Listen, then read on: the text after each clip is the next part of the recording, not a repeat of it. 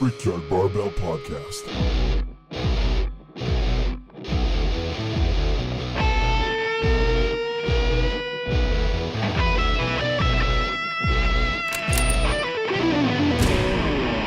All right, what's up, everybody? Welcome to Brickyard Barbell Podcast. My name is Cameron Whiteley, and I'm here with my co-host, Evan Arthur. We have a kind of a different podcast for you today. We wanted to just kind of go over a few strength events, DVDs, things like that, documentaries that you can watch to learn about some strength sports. And that's basically all we're going to talk about today. So it's going to be pretty simple, quick and easy for you. So first of all, we want to go over a pretty obvious one that probably everybody in the strength world knows about, which is the world's strongest man, which is obviously the championship for strongman competitions, and it was started in 1977.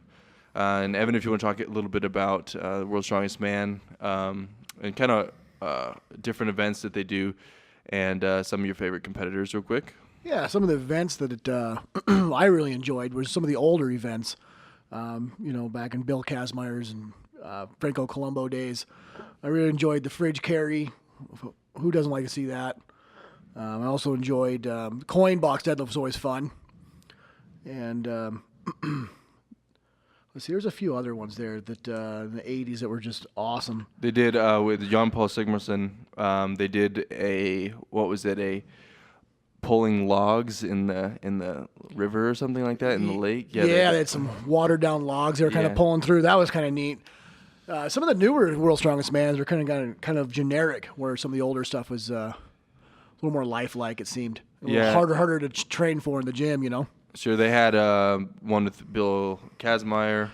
I believe that they deadlifted a cart or something that they'd put stones in or something like that. Yeah, someone that loaded barrels into it and had to push a cart and like a horse cart. Yeah, now it's real set, bars that you deadlift and things like that. I think it's not quite as cool. I mean, I think you watch powerlifting to see that kind of stuff. You don't with strongman. You want to see, sort of that farmer strength kind of thing, the old school, just lift anything. Oh, exactly. Kind of thing. Exactly. Definitely, some of my favorite ones, like as far as athletes. Oh man, of course, Bill Kazmaier's got to be everybody's favorite, right? Mm-hmm. Travis Ortmeyer's one of my favorites. Let's see. So of course, Zydrunas has got to be my top favorite. Yeah. He's the greatest. I love Jan-Paul Sigmarsson is probably my favorite. I don't know why. I just sort of watching that 30 Years of Pain documentary, or I guess you call it documentary. Basically, it was he was one of the guys that when I first watched that documentary that really made me sort of want to watch more strongman competition. So. Oh right, yeah, he was definitely the first one that had the charisma for the crowd. He was out of control. Yeah. World's Strongest Man is still going on today. Like I said, it started in 77. Now, the only year that there wasn't a competition since 77 was in 1987. However, that is the same year that a really awesome strength event took place, which was in 1987, like I said, which was the Pure Strength event, the first Pure Strength event, I should say. Pure Strength was a competition that started out because there was a rivalry between the three the people that had won several titles, which was Jan-Paul Sigmarsson, Jeff Capes, and Bill Kazmaier. Obviously, there was a lot of rivalry saying which one was the strongest. And so they had a competition of just the three of them in 1987. And Jan-Paul Sigmarsson pretty much wiped the floor with the other two. Now, it should be said that Bill Kazmaier and Jeff Capes were a bit older, and they were more at the end of their careers. Definitely not in their prime. Yeah, it wasn't their prime. I think Jan-Paul Sigmarsson won almost every event, and he was in his prime. Also, he was, I think, the biggest he had ever been. Now, unfortunately, he did pass away. I think it was 1990 or 1991. Yeah. I think it was 1990. 1990, yeah. Yeah, because I don't think he was there for the 1991 World's Strongest Man, unfortunately. And the strange thing is, if you watch, and again, I think it's the 1991 World's Strongest Man, they barely gloss over the fact that the former multiple-time winner dies, and that's why there's his replacement from Iceland, which is Magnus for Magnuson. Exactly. Yeah. They just basically say like, oh, it's tragic that he died, but you'd think they'd have a bigger memorial. Yeah, they think they made it a little more public than that than he did. But. Yeah, certainly. Now, Pure Strength did continue on after 87, which was basically it changed, though. It went until 1990, so 88, 89, and 90, they had team competitions where it was 2 people per team, and I think it was only 4 teams, I want to say. And you got to see like Bill Kazmaier and a bunch of other famous names in that time period battle it out in teams, which was kind of a fun thing to watch. They did some weird events, like they did a log chopping event where you had to I think it was just take 2 axes and chop through a log, and you got to see these massive guys chop halfway through the log and then jump on them to try to snap them in half. That'd have been great. It was kind of interesting. And then we should talk a little bit about IFSA, which do you know a little bit about that, Evan? I don't. So IFSA, basically, here, I wrote a little bit about it. I can't say I'm actually real familiar. Now, you can go watch IFSA competitions on YouTube. There's only a few years. I think it's about 2005 to 2007. And they held their own world competition. There was some battle between the World's Strongest Man and IFSA. So they had separate championships, and this was kind of a weird time because it split the competition between the 2 sort of federations. And so you didn't have a real World's Strongest Man at that time because they were, you couldn't compete in the other one if you competed in one of them. Right. So it split the competition a bit. And I can't remember all the details. I think maybe IFSA, people competing in IFSA were making a little bit more money or something, so that's why they offered a little bit more money, so that's why some people went over there. I don't remember all the details. That definitely always changes things.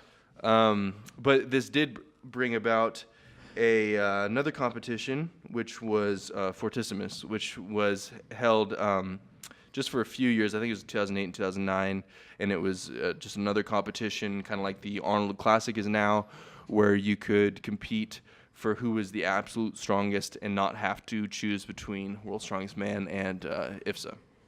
I want to say it was Derek Poundstone won one year, and Zydrunas Savickas won another year. Is that all the years there was? There's 2 years? I believe there's only 2008, 2009, 2009. Yep. And I think if I remember right, Derek Poundstone, Zydrunas lifted this. They had 3 stones that you had to lift, and there's unbelievable weights. One was in the 300s, one was in the 400s, and the last one was in the 500s. And I think Zydrunas lifted the 300 and the 400 plus stone, and he's like celebrated. He couldn't get the 500, but he was like celebrated like there's no way anybody's gonna get this. And then Derek Poundstone unbelievably lifted what I believe was a 517-pound stone onto the platform for the victory in 2008, which is kind of hard to imagine.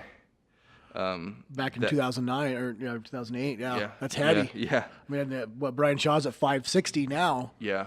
So that shows you, even back then, we had some pretty well, strong yeah, but guys. that's also after lifting 2 other super heavy stones immediately before, which, like I said, is pretty hard to believe. So that basically, you can go check out Fortissimus on YouTube. I believe both years are on there. Yeah. You can see guys like Travis Ortmeyer, Derek Poundstone, Zydrunas, and Mikhail Koklayev was on there as well. Yeah, because it looks like in 2009, Brian Shaw came in 3rd in that as well. I was unaware of that. Yep. Yeah, he competed at I think he was a... That'd have been a young Brian Shaw. Yeah, young buck back then. Let's see here. Next, we're kind of going to move into powerlifting a little bit. Obviously, if you want to watch powerlifting, there is a ton of federations. But the best one, in my opinion, is the IPF as far as having it's the only one with a real world competition. Oh, definitely. Now, there was GPA Worlds, which has done a few things in Australia, which is probably the best competition, in my opinion, of at least this decade. As far as just making it fun to watch, making it more accessible for people.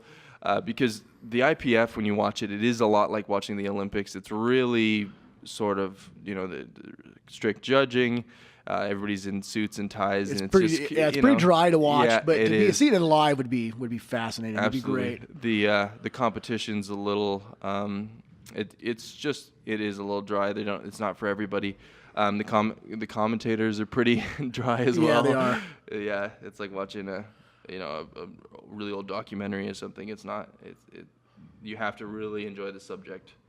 But it is, again, you have some amazing lifters in the IPF now. Oh, man. It's a really good competition, and so it's definitely worth watching. You can watch that. They have a live stream every time the IPF is shown. I believe it's in June every year, right? June, I believe so. And it's in Calgary this year, I believe. Oh, okay.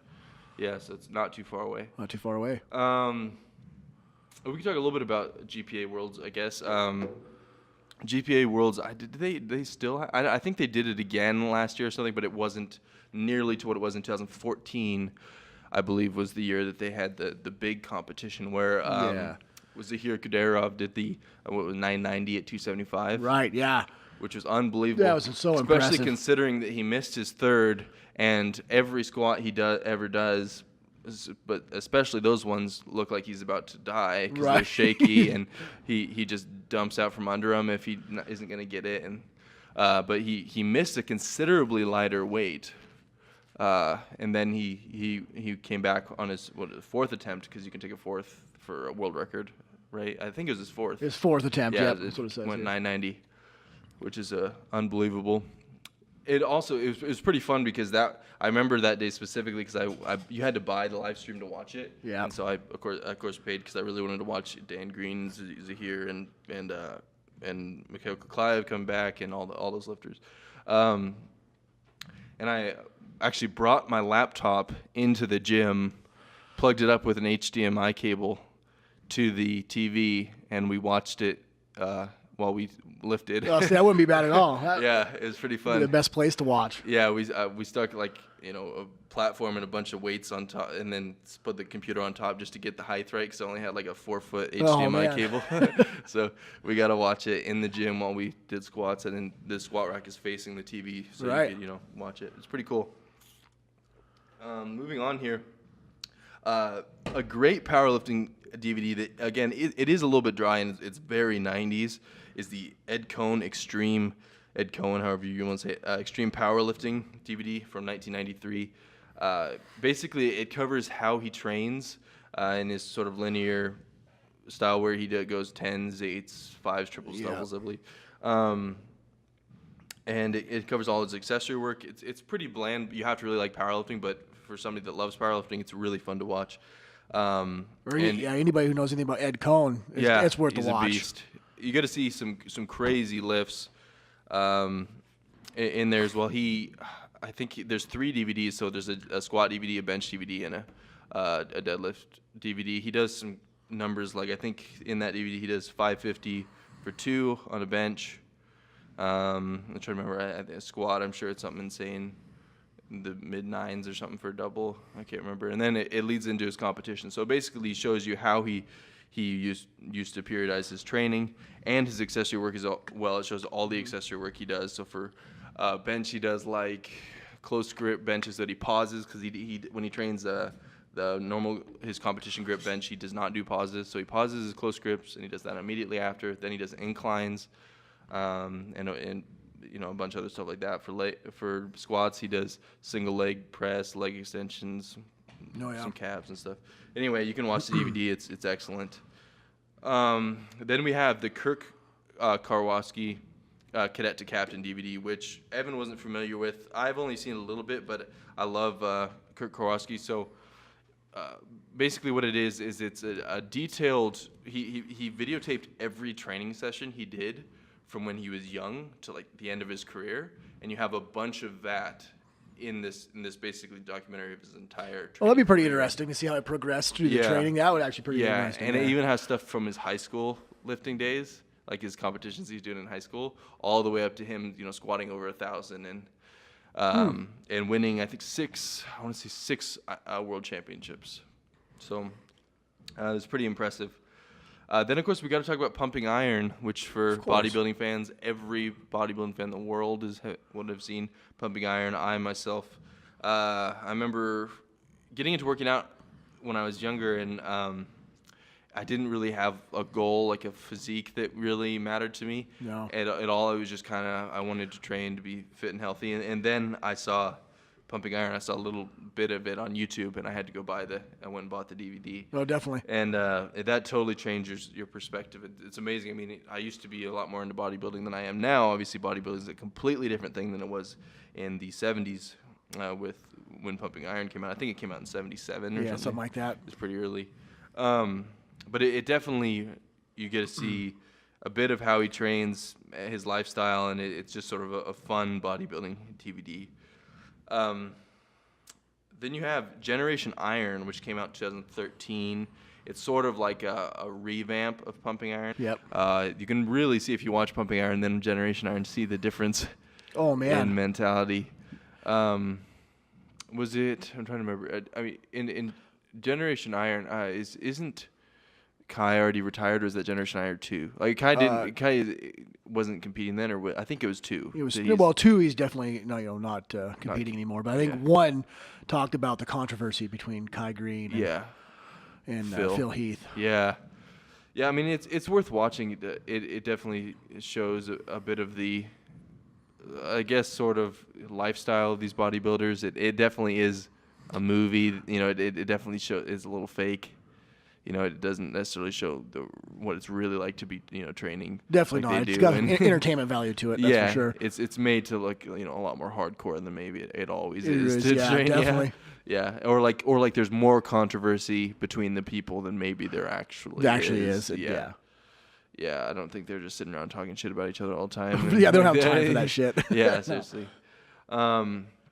Then we definitely got to talk about the Eddie Hall documentary. Yeah. Which is on Netflix. You have to go watch that if you have Netflix. Yeah, you owe it to yourself to watch that one. Yeah, what year is that? Was that 2014, 13? 2014. Oh, 15, wasn't it? Yeah. 2015. It talks about him. What's kind of amazing is it does cover his deadlift. Yep. Which was, it doesn't cover the 1100, does it? Or no, it doesn't cover the 500 kilos. It covers the 462. Okay, yeah, with Arnold. Kilos. Yeah. 462 pounds. Pretty impressive. No, 462 kilos. Are you sure it didn't cover the 500? I don't. No, he pulled the 500 just after that, the movie. Okay. But it's kind of interesting because you learn about, he didn't even train strongman events for years. Yeah, that's what was really interesting about Eddie Hall. I think most strongmen, we all train, the implements. Yeah. And in that movie, he talked about, he's like, I've just been starting implementing the strongman movements in the last 8 months. That's crazy. Yeah, and he's already, competing alongside the greatest of all time. Yeah. Some of them. So definitely, if you're looking to get into strongman, you don't have to have the implements to be strong. Yeah, like he basically trained like a power lifter as well as doing some overhead press. That's what Bill Kazmaier did. That's how it started. You train like a power lifter. Absolutely. You get to see a little bit of his family life a bit, and now he's, I'm not sure really what he's doing. He said he was going to retire after he won World's Strongest Man, which of course he did. This year. He retired, and then it looks like he is coming back now. Yeah. So I don't know what's going on with him, but we'll see. But it's interesting to see his life. You get to see him actually. I mean, we're just in this last few years. During the documentary, he goes from working a full-time job to being a full-time strongman. Yep.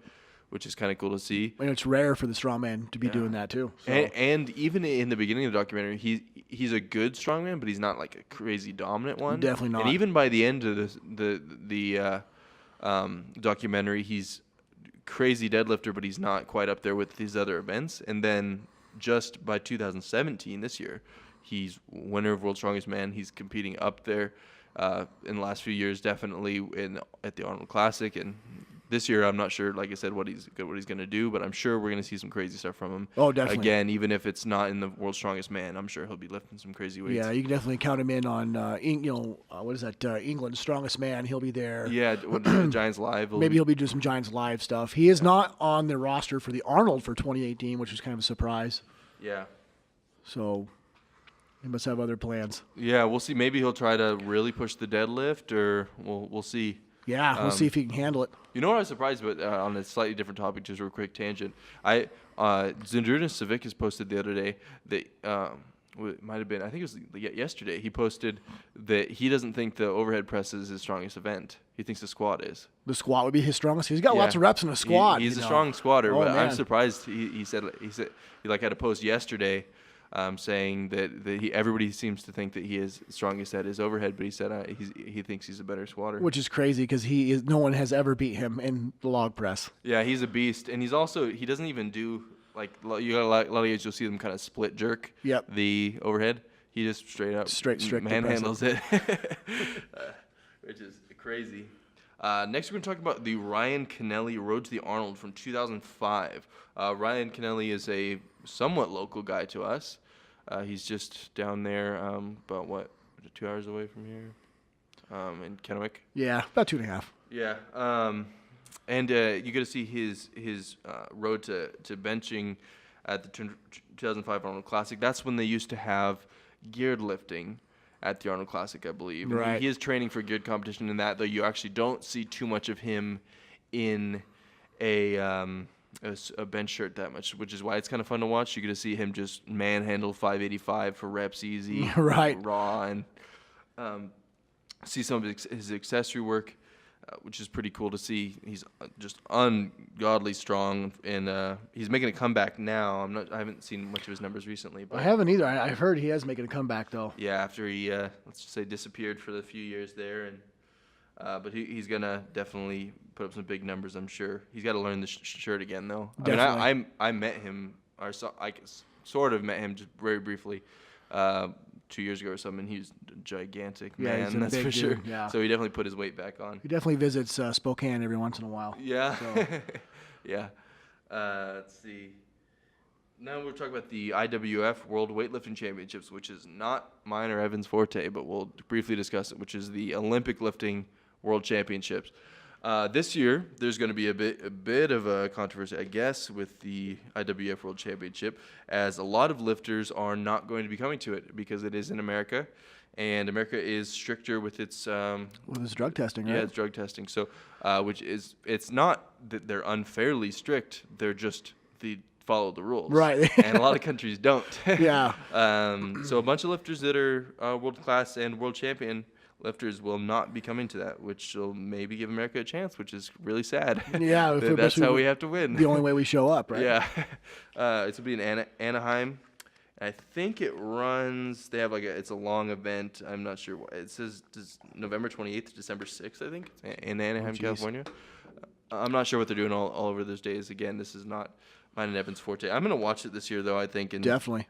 I like to see who shows up. Yeah, I'm not, because I'm sort of new to the Olympic lifting world, just at least watching it, and it's really interesting to me, at least, just the mentality of it. And I love watching the other countries, how they treat the Olympic lifters. Yeah. It's exactly how lifters should be treated. Right. Actually getting funding for it and getting to spend their day training and eating. And I watched a documentary once on, I can't remember if it was Russia or it was one of those countries that they had a weightlifting schools that you could go to, and there's sort of similar to how you go to college. Oh, sure. Because it's a career in other countries as a hobby in America.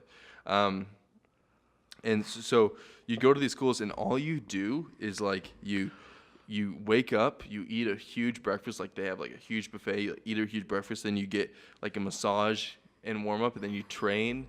And then you eat, then you take a nap, and then you eat again, then you train again, then you massage, and then you eat, and then you fall asleep for the night. That's that's all you have to do every day. Yeah, it sounds like some of his athletes from America need to move. Mm-hmm. Seriously. But again, that'll be pretty cool to watch. We'll get to see if America actually gets to compete with other countries actually having to follow the drug. That actually be properly tested and things like that. Yeah. Even if you're not into that sport, it'll be really interesting to see how that plays out, just because of the WADA and the drug testing. Yeah. America obviously hasn't been very good in the Olympic weightlifting for some time now. For a long time, we are coming back with CrossFit, actually making people interested in Olympic lifting again, which is cool to see. I think we'll see more of that in a decade or two. See more of the outgrowth of that as people train their kids, because the issue that we have with weightlifting, it seems to me at least from an outsider's perspective, is that you have other countries where kids are literally at 6 years old doing snatches with broomsticks and exactly things like and their lives are heading in that direction from a young age. Whereas in America, you maybe have kids get into high school, they maybe get taught probably not even a clean and jerk. They get taught a power clean, which is not even the same thing. And that's only going to be and some schools. Possibly a snatch. And with terrible form, because most coaches in America, that are high school coaches, don't know a fucking thing about lifting. They're just good at yelling at kids, and that's all their value. And so just that in itself is a huge disadvantage. Yeah, big time. Let alone knowing that you can't really get paid that much for Olympic lifting in America. No. The government's not going to fund it, that's for sure. Definitely not. So you have to go after work and do it. And in other countries, in some countries, not all of them, of course, but in some countries you actually get things paid for you, and you can actually. In Russia, I guess you can actually be like somewhat of a famous athlete, which does not happen in America. Not at all. That's the same thing. It crosses right over to strongman. Yeah. Over in England in that area, strongman's huge. Yeah. They think of that as like their football. Oh yeah. Over in America, we don't get much for strongman. Mm-hmm. Now we want to talk about a few documentaries that Rogue has been putting out recently, which is awesome because, forever I've been an Elite FTS customer and fan. But they really specialize in powerlifting, definitely geared powerlifting especially, and like hardcore bodybuilding. And they don't really do too much strongman. They do a little bit of strongman. They don't do too much of CrossFit. Again, it's just a little bit of CrossFit. And Rogue is kind of the opposite. So they are competing, but again, sort of not, because it seems to me when you go to Rogue's website, you really get a lot of CrossFit and you get a lot of strongman stuff. Yeah, you do. Which is not the same as Elite FTS. So I sort of avoided Rogue for a long time, as I didn't want to sort of pay Elite FTS as competitor, as they've treated me so good for so long. But they are sort of in different categories, as I said. They sort of specialize in different things. But one thing I do have to say in Rogue's favor is Rogue has been creating some great documentaries that are honestly world class for sort of niche things, which I'm sort of surprised about. Right. One of them being the Stoneland documentary, which you can watch on YouTube for free. Rogue does have a YouTube channel, and they do post it for free. I think it's a half hour or so.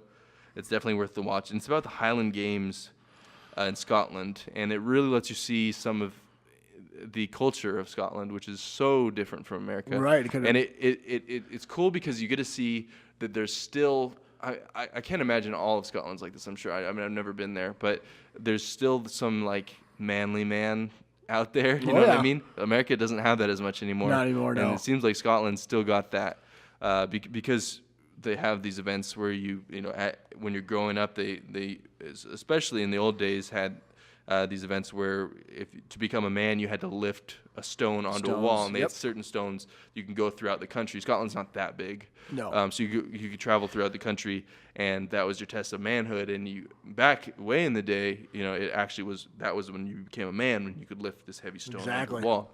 Now it's just sort of a fun thing, but some people still do keep to the tradition, and that's when they consider their son a man when they lift, when they can lift the and stones. we can still travel over there to this day and do this. The stones are still there. They still exist. And honestly, I really recommend the documentary, even if you're not a big fan of strength sports even. I mean, I don't know why you'd be listening to us if you weren't. But, but you can see Scottish culture and heritage really well in that documentary. And they have great music in there and everything. And you get to see the Highland Games, which, if you don't know, the Highland Games is an awesome strength competition where they have a bunch of different events, and it is what strongman used to be, and what I wish strongman still more was. Obviously, it's not as heavy, but it's like these awkward implements that you're lifting, and they do weird things like the sheath throw or whatever, where you throw a like hay wrapped in a cloth, and then you throw it over a high bar. Like just weird things like that off a pitchfork. Oh yeah, that's pretty cool. And they do the heavy and light stones for like a shot put. And they do the hammer, with like the big hammer, whatever. They do hammer, they do saber toss, and they'll. It's a great time. Those are cool. Yeah. And you get to see that culture of strength and manliness, which is pretty cool to see. Another great one is, I'm gonna butcher this. It's Levantadors, I want to say it is. I think. I'm probably butchering it. Same thing, made by Rogue. And it's about Basque, again, probably butchering that. Yeah. Which is part of Spain. It's sort of its own separate entity thing. It's kind of a weird thing there. You could say it's part of Spain. It's about stone lifting.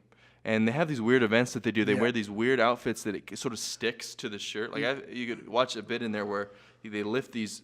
They're stones, but they're not. It's not like just a rock. No, definitely not. They're blocks and all sorts of stuff. They're in like rectangles and they're or in cubes and stuff. And they grip to this shirt you wear, this outfit you wear. But they get insanely heavy. I think they said one of them was 300 kilos. Yeah, they're crazy strong. Or 330 kilos. Yeah. Like, oh my God. And the guys aren't very big. Like, no. You'd think it'd be big strapping guys. Yeah. No, they're not at all. Yeah. And they're these specially designed stones, and it's pretty cool to watch. It's really interesting. I had no idea it existed. Yeah. And again, you get to see this sort of weird culture that you had no idea was there.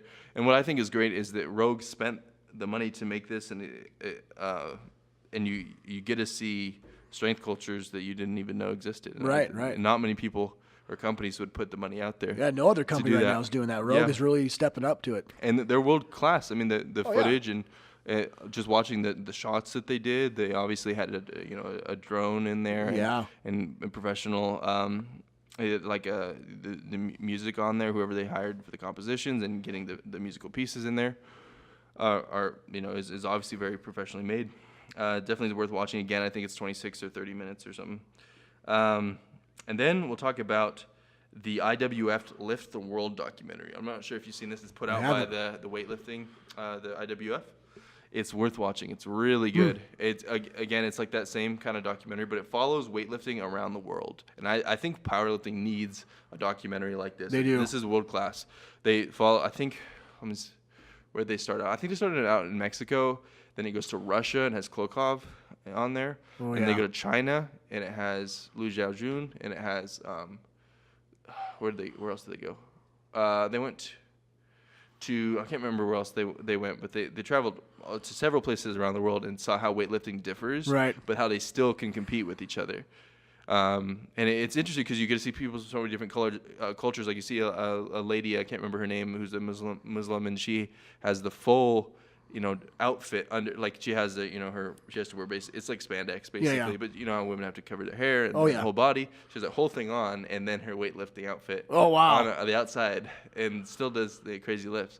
It's pretty interesting. That would be pretty interesting. It also has an excellent soundtrack on it. As a musician, I enjoyed it. You get to see a lot. It has the classical music on it, like I'm trying to remember specifically what was on it, Claire de Lune or something like that. It has it has piano pieces and a bunch of good orchestration in it. Then let's go on to, let's see here. It's by the beginning is the Claude Debussy is the beginning piece. Anyway, the School of Champions is a documentary. It's about the Bulgarian weightlifting team. Well, there we go. Which it was back in the day. 87, I want to say, and this was when just before they all got popped, I think, for steroid use. Yep. But when they were just dominating the world. Oh, they were killing it. And they were doing of course, anybody familiar with the Bulgarian method, which is sort of murder yourself and try to get results that way. So you just squat super heavy, clean jerk super heavy, all that stuff daily, and then you sort of force your body, really force your body to make gains and gain strength. It's kind of interesting, but it obviously worked for athletes. I mean, they're definitely dominant. It's not for a beginner athlete at all. The big Bulgarian method. It's either one you're going to get strong or you're going to die. Yeah, or get injured. I mean, really. They've adapted something for powerlifting now. It's like a squat every day thing, but it's not the same thing. Definitely not. Yeah, I did the squat every day program for 30 days, and it's definitely not close to the Bulgarian method. How did that go, by the way? Oh, the first time I did it, we were great. Yeah. I put on a tremendous amount of weight on my squat, but the second time I did it, it fell off about week 3, so I wasn't 100% dedicated. But it definitely works. So if a guy is stuck in a squat every day. Really? For 30 days straight. Yeah. How those knees feeling? They felt fine. Really? Yeah, it wasn't too bad. The first week you'd die, but and you wouldn't always back squat. You'd front squat with bands, chains, box squat. So you'd mix it up every day. But about every fourth or fifth day, you could squat heavy again. Yeah, and the knees held fine. But I've got pretty healthy knees with no injuries. Yeah. So it didn't bother me at all. I Yeah. never used wraps or knee sleeves. One thing I should say, it seems to be true, is people with big knee joints and stuff can handle a lot more volume. A lot than more people volume. with Yes, they smaller can. knee joints. You have fairly big knee I joints. have huge fat knees. So Yeah, obese knees, so it works. That piece I was trying to remember it's Claire de Lune. It's one of the most famous piano pieces. They obviously paid some money for the soundtrack on that, but on the IWF documentary. Sure. But basically, that's all of them that we're going to cover today. Anything you want to say and to kind of wrap this up here? No, I think we're good, Cam. I think we covered a good list of documentaries. Like, again, a lot of these are on YouTube, and we can watch them for free. So definitely take advantage of YouTube. We didn't have that too long ago. Yeah. I guess, I don't know. You could go. So there's a YouTube channel called HIT Strongman, HIT Strongman. Yep. I don't know if you're supposed to say it because then what if nobody's gonna listen to this from YouTube anyway. But of course it's all copyrighted. Right. But they have every year of World's Strongest Man on there. Yeah, they every do. single year. They have every year Pure Strength on there. Yep. They have the IFSA World Championships on there. They have and they have Fortissimus on there every Right. year. Yeah. So get on there before they get banned. Yeah. I was kind of contemplating, should I talk about it? But obviously they know, YouTube probably knows about it more than I, Right. without me saying it. So from our limited audience at the moment. But so I guess to wrap it up, we do appreciate you guys listening to our podcast. I think next week we are going to try to start filming. Yes, And look forward to then that. we will have some visuals for you guys. And we do have sort of a new setup that we're going to go ahead and try for our podcast that are going to be a bit more interesting and hopefully make us a little bit different than the other podcasts out there, because there's Definitely. quite a few strength podcasts out there. Yeah, there is. But yeah, so go check out those. Almost all of them are on YouTube except for the Ed Cohn ones, not, and the Cadet to Captain, I don't think is. The rest of them you can pretty much get out all for free. Of course, if you do want to support whatever businesses they come from, whatever the documentary's about or whatever, definitely either buy their products or buy the DVD itself. Definitely. But anyway, thanks for listening, and you guys keep getting strong.